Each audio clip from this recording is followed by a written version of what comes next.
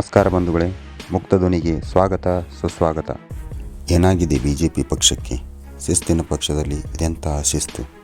ಪಕ್ಷಕ್ಕಿಂತ ವೈಯಕ್ತಿಕ ಪ್ರತಿಷ್ಠೆ ಹೆಚ್ಚಾಯಿತಾ? ಒಬ್ಬರ ಮೇಲೊಬ್ಬರು ಆರೋಪ ಪ್ರತ್ಯಾರೋಪ, ಕೆಲವೊಮ್ಮೆ ಅದೆಂಥ ಪದಪ್ರಯೋಗಗಳು. ಪಕ್ಷ ಒಡೆದು 3 ಬಾಗಿಲಾದರು ಮತ್ತು ಬಣಗಳ ವಾಕ್ಸಮರ ಮುಂದುವರಿದರು. ದೆಹಲಿ ನಾಯಕರ ಮೌನದ ಹಿಂದೆ ಅಡಗಿರುವ ಮರ್ಮವೇನು? ಸದ್ಯ ರಾಜ್ಯ ಬಿಜೆಪಿಯಲ್ಲಿ ನಡೆದಿರುವ ವಿದ್ಯಮಾನಗಳ ಕುರಿತು ಮುಕ್ತಧ್ವನಿ ವೀಕ್ಷಕರಿಗಾಗಿ ವಿಶೇಷ ವರದಿ.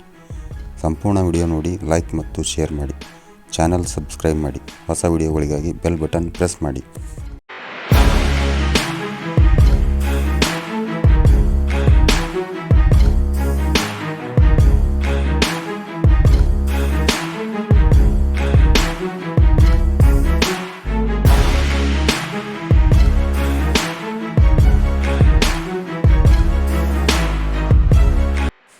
ಹೌದು, ರಾಜ್ಯ ಬಿಜೆಪಿ ಪಕ್ಷದಲ್ಲಿ ಎಲ್ಲವೂ ಸರಿಯಿಲ್ಲ ಎನ್ನುವುದು ಆ ಪಕ್ಷದ ಹಿರಿಯ ಕಿರಿಯ ನಾಯಕರುಗಳ ನಡುವಿನ ಬಣಗಳ ರಗಳೆಗಳೇ ಸಾಕ್ಷಿಯಾಗಿವೆ.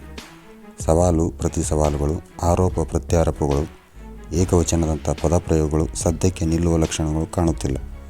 ಬೆಳಗಾದರೆ ಸಾಕು ಒಬ್ಬರ ವಿರುದ್ಧ ಮತ್ತೊಬ್ಬರು ಗಂಭೀರ ಸ್ವರೂಪದ ಆಪಾದನೆಗಳನ್ನು ಹೊರಿಸುವುದು ಮಾಮೂಲಾಗಿಬಿಟ್ಟಿದೆ.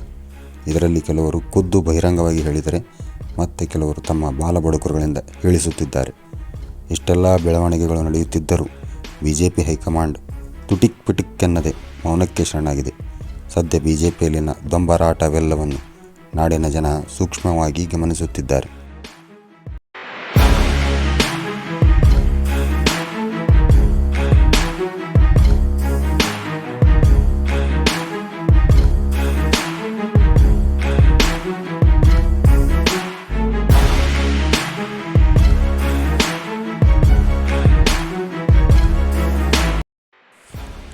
ಎಲ್ಲಿಂದ ಶುರುವಾಯಿತು?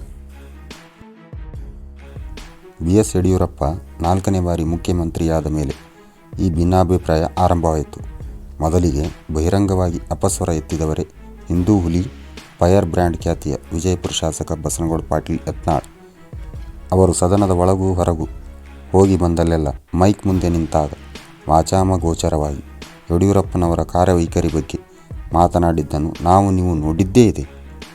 ನಮ್ಮ ಮಾಧ್ಯಮಗಳು ಕೂಡ ಅವರ ಹೇಳಿಕೆಗಳಿಗೆ ಬಾಂಬ್ ಎಂದು ಹೊಸ ಹೆಸರಿಟ್ಟು ಮತ್ತು ಅಷ್ಟೇ ರಸವತ್ತಾಗಿ ಬ್ರೇಕಿಂಗ್, ಶಾಕಿಂಗ್, ಸೆನ್ಸೇಷನಲ್ ನ್ಯೂಸ್ ತೋರಿಸಿದ್ದು.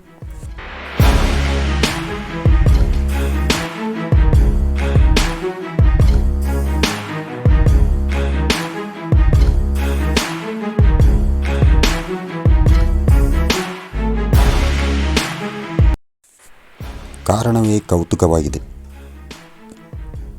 ತಮ್ಮನ್ನು ಮಂತ್ರಿಯನ್ನಾಗಿ ಮಾಡದೇ ಇರುವ ಕಾರಣಕ್ಕೆ ಶಾಸಕ ಯತ್ನಾಳ್ ಅವರು ಯಡಿಯೂರಪ್ಪ ವಿರುದ್ಧ ಆರೋಪಗಳ ಸುರಿಮಳೆಗೈಯುತ್ತಿದ್ದಾರೆ ಎಂದುಕೊಂಡರೆ ಅದಕ್ಕವರು, ನಾನು ಅಟಲ್ ಬಿಹಾರಿ ವಾಜಪೇಯಿ ಅವರಂಥ ಶ್ರೇಷ್ಠ ವ್ಯಕ್ತಿಯ ಸಂಪುಟದಲ್ಲಿ ಮಂತ್ರಿಯಾಗಿದ್ದವನು. ಯಡಿಯೂರಪ್ಪ ನನಗೆ ಮಂತ್ರಿ ಮಾಡದೇ ಇರುವುದು ನಿಜ. ನನಗೂ ಯಡಿಯೂರಪ್ಪನಂಥ ಭ್ರಷ್ಟನ ಕೈ ಕೆಳಗೆ ಸಚಿವನಾಗುವ ಆಸೆ ಇಲ್ಲ. ಆದರೆ ಯಡಿಯೂರಪ್ಪ ನನ್ನ ಕ್ಷೇತ್ರದ ಕೆಲಸಗಳನ್ನು ಮಾಡಿಕೊಡದೆ ನನ್ನ ಲೆಟರ್ ಹೆಡ್ಗಳನ್ನು ಪರಿಗಣಿಸಲಿಲ್ಲ ಎಂದು ಸ್ಪಷ್ಟಪಡಿಸಿದ್ದಾರೆ.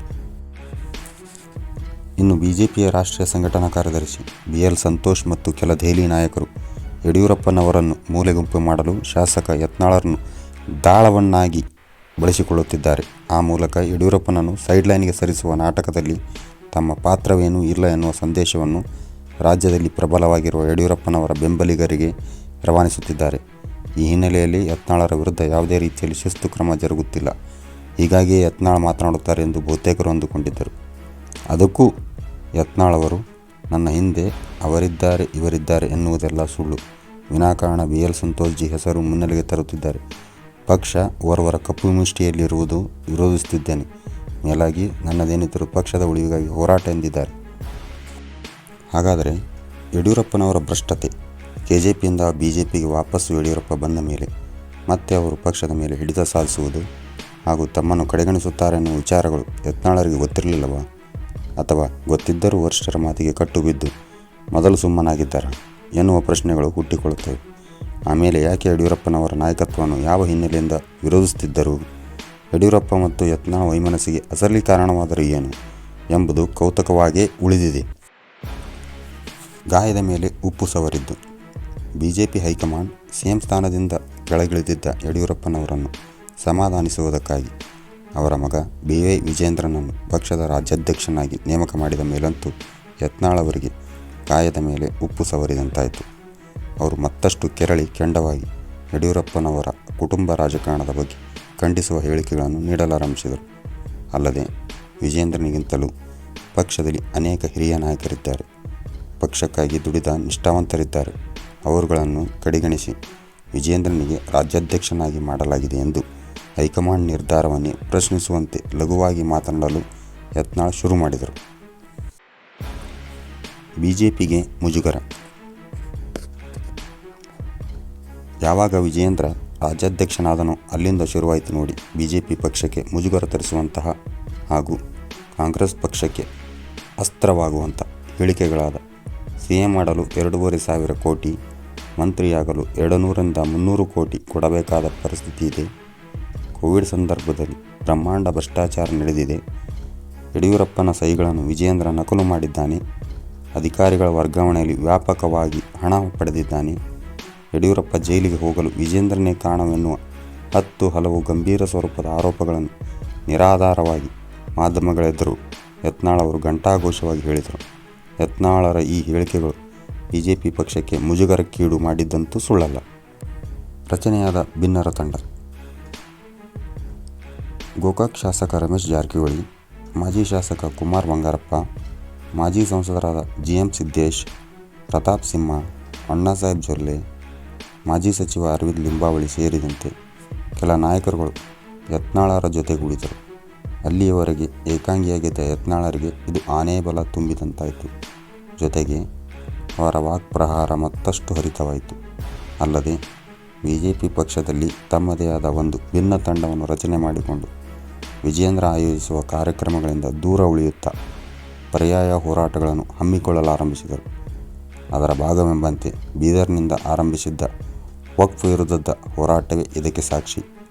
ಅಲ್ಲದೆ ಈ ತಂಡದ ಪ್ರಮುಖರಾದ ರಮೇಶ್ ಜಾರಕಿಹೊಳಿ ಮತ್ತು ಬಸನಗೌಡ ಪಾಟೀಲ್ ಯತ್ನಾಳರು ಬಿಜೆಪಿ ರಾಜ್ಯಾಧ್ಯಕ್ಷ ವಿಜಯೇಂದ್ರನನ್ನು ಕಾಲಕಸಕ್ಕಿಂತ ಕಡೆಯಾಗಿ ಕಾಣುತ್ತಾ ಪಕ್ಷದ ರಾಜ್ಯಾಧ್ಯಕ್ಷ ಸ್ಥಾನ ಬದಲಾವಣೆ ಮಾಡುವಂತೆ ಆಗ್ರಹಿಸಲು ಆರಂಭಿಸಿದರು.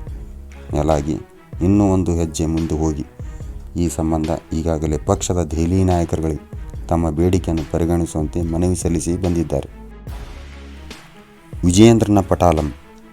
ಬಸನಗೌಡ ಪಾಟೀಲ್ ಯತ್ನಾಳ್ ರಮೇಶ್ ಜಾರಕಿಹೊಳಿ ವರಾತ್ ಯಾವಾಗ ಹೆಚ್ಚಾಯಿತೋ ಆಗ ವಿಜೇಂದ್ರನು ಕೂಡ ತನ್ನ ಪಟಾಲಮನ್ನು ರೋಡಿಗೆ ಇಳಿಸಿ ಯತ್ನಾಳ್ ಜಾರಕಿಹೊಳಿ ವಿರುದ್ಧ ಸ್ಟೇಟ್ಮೆಂಟ್ ಕೊಡಿಸಲು ಶುರು ಹಚ್ಚಿಕೊಂಡರು. ವಿಜೇಂದ್ರನ ಪಟಾಲಂನ ನೇತೃತ್ವ ವಹಿಸಿದ್ದು ಮಾಜಿ ಶಾಸಕ ಹೊನ್ನಳ್ಳಿಯ ರೇಣುಕಾಚಾರ್ಯ ಅವರು. ತಮ್ಮೊಂದಿಗೆ ಮಾಜಿ ಸಚಿವರಾದ ಕಟ್ಟಾ ಸುಬ್ರಹ್ಮಣ್ಯ ನಾಯ್ಡು, BC ಪಾಟೀಲ್, ಹರತಾಳು ಹಾಲಪ್ಪ, ಮಾಜಿ ಶಾಸಕರಾದ ವೈ ಸಂಪಂಗಿ, ಪ್ರತಾಪ್ ಗೌಡ ಪಾಟೀಲ್, ಸೋಮಶೇಖರ್ ರೆಡ್ಡಿ, ರೂಪಾಲಿ ನಾಯಕ್, ಮಾಡಾಳು ವಿರೂಪಾಕ್ಷಪ್ಪ ಸೇರಿದಂತೆ 30 ಸದಸ್ಯರುಗಳ ಒಳಗೊಂಡ ಟೀಮು ದೆಹಲಿಗೆ ಹೋಗಿ ಹೈಕಮಾಂಡ್ ಬಳಿ ಯತ್ನಾಳ್ ಬಣದ ವಿರುದ್ಧ ಶಿಸ್ತು ಕ್ರಮಕ್ಕೆ ಆಗ್ರಹಿಸಿದೆ. ಅಲ್ಲಿಗೆ ಬಿಜೆಪಿ ಮನೆಯೊಂದು 3 ಬಾಗಿಲು ಎನ್ನುವ ಹಂತಕ್ಕೆ ಬಂದು ತಲುಪಿದೆ.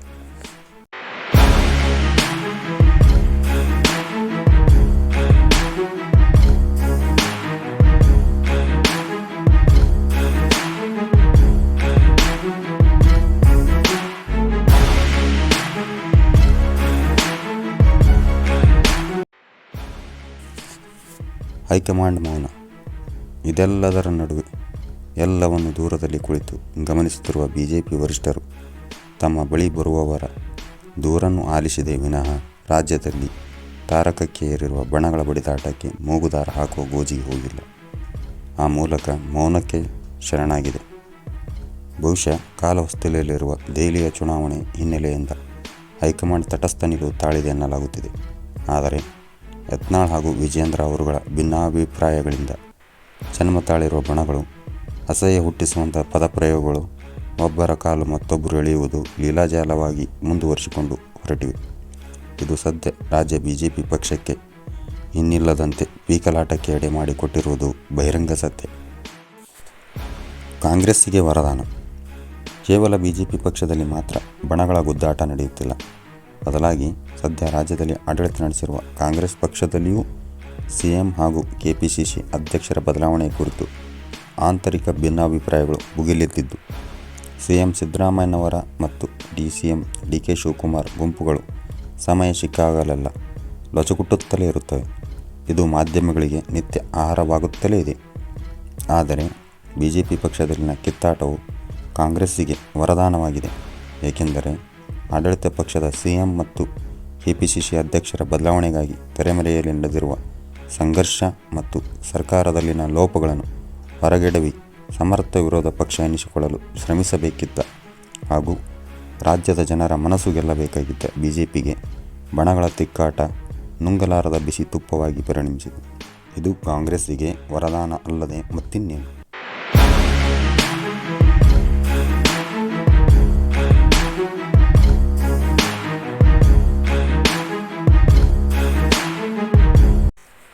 BJP ಅಧ್ಯಕ್ಷ ಬದಲಾವಣೆ. ರಾಜ್ಯ BJP ಅಧ್ಯಕ್ಷ ಸ್ಥಾನದ ಬದಲಾವಣೆಯಾಗಲಿದೆ ಮತ್ತು ಚುನಾವಣೆ ಮೂಲಕ ಅಧ್ಯಕ್ಷರ ಆಯ್ಕೆಯಾಗಲಿದೆ ಎನ್ನುವ ಸುದ್ದಿಗಳು ಜೋರಾಗಿ ಕೇಳಿಬರುತ್ತಿವೆ. ಅದು ಎಷ್ಟರ ಮಟ್ಟಿಗೆ ನಿಜವಾಗುತ್ತೋ ಗೊತ್ತಿಲ್ಲ. ಏಕೆಂದರೆ ರಾಜ್ಯ ಅಧ್ಯಕ್ಷ ಸ್ಥಾನಕ್ಕೆ ಚುನಾವಣೆ ನಡೆದಿದ್ದು ತುಂಬ ವಿರಳ.